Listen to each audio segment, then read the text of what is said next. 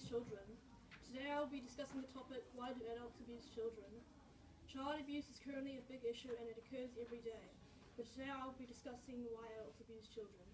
A massive amount of adults abuse children because they are attempting to teach their children discipline.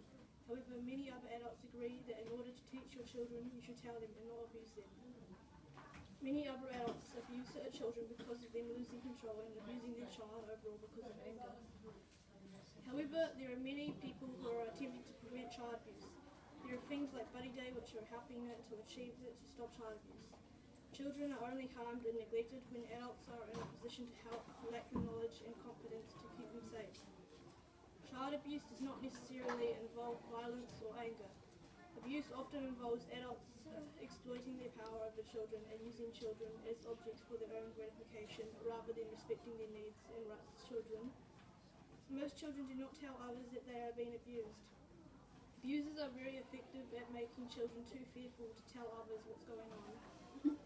Most children have been abused by their parents, still love their parents and want to remain living with them. What they really want is the abuse to stop. Children can sense what's going on, may hear arguing and see the harm of people or property and are emotionally or psychologically affected by the behaviour of violent adults. It may be necessary to remove a child from their parents or usual caregiver in time of crisis to ensure their safety and well-being. Removing a child from their parents can have emotional effects. The goal should be to return the child to their parents when their safety can be assured.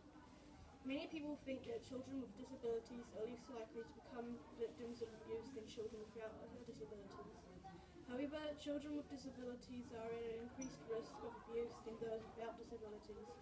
Research shows that they are 3.4 times more likely to be abused than children without disabilities. There are many children in New Zealand who are being abused and there are many attempting to put a stop to that and even end child abuse. However, there is always going to be a child who is being abused. Many children may look happy and joyful on the outside, but on the inside they could be depressed and terrified because of child abuse. Thank you for listening to my speech on child abuse.